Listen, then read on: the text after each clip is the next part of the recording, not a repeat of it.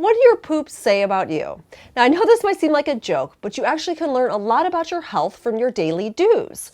So in this video, I will give you the full scoop on what is and isn't a good poop. Now, if you thought my companion video on poop was TMI, we're just getting started. So I hope you'll stick with me. Now, Hippocrates said that all disease begins in the gut. So we want to be sure what's coming out of us looks good. Now, there are three main things to look for: frequency, form, and color. And in this video, I'll unpack all three. Are you ready? The first is frequency. You want to be sure you have at least one complete bowel movement per day. You want to feel like your bowels have emptied, not just partially eliminated. Now, some people will have 2 or 3 bowel movements a day, and that's perfectly fine. This could be because they have faster metabolisms, they might eat more or more plant fiber, or they have a better bacterial count in their gut.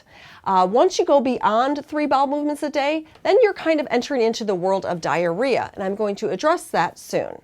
Now, some doctors will say it's fine if you only go a couple times a week or even once a week, but personally, I don't agree. I think that our bowels are one of our body's great ways to eliminate waste and toxins and acids from our bodies, so we want to be sure we're doing it daily.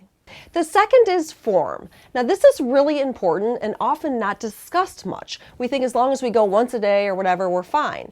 But we want to be sure that our stool is well formed, okay? Because this shows that we are digesting and assimilating our food and nutrients well, and also that we're eliminating toxins and acids properly.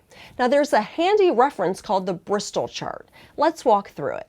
Type 1. Now, these are separate hard lumps, like little balls, and they're hard to pass. Type 2.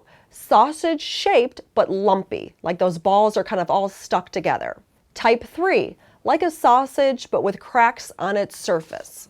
Type 4. Like a sausage or a snake, smooth and soft. Type 5. Soft blobs with clear-cut edges. It passes almost too easily.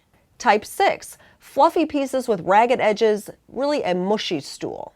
And then type 7, watery, no solid pieces, entirely liquid. Can you guess where you want to be on that chart? If you thought number 4, you're right. Think long tubular shapes, like bananas that don't break apart when you flush, and ones that you don't have to wipe a lot when you're finished. Now, it's better to be more like a 3 than a 5 or 6, because diarrhea is harder to control, and it usually stems from something that's harder to treat. If you find that your stool is too loose, mushy, or even liquidy, you definitely want to talk to your doctor and get a comprehensive stool analysis to find out what's really going on. But in the meantime, you could go on the BRAT diet. This is old school, and it stands for bananas, rice, apples or applesauce, and toast or tea. Those foods contain certain properties like tannins that can help firm up stool. You also could add about a teaspoon or 2 of food-grade bentonite clay. This helps to pull toxins from the digestive tract, and it also helps to firm up stool. Lastly, you want to look at your diet and eliminate things like gluten, grains can even be irritants, or too many nuts and seeds. Look into the GAPS diet and be sure to consume lots of bone broth and gelatin. I'll have links to all of this in the video description below. Are your stools too hard or infrequent? Again, then I would talk to your doctor about a full stool analysis. You also might want to get a full write-up on your thyroid, because a lot of times constipation can be connected to thyroid issues. In terms of diet, pears can be wonderful. 2 a day gets things moving. Of course, people like prunes as well.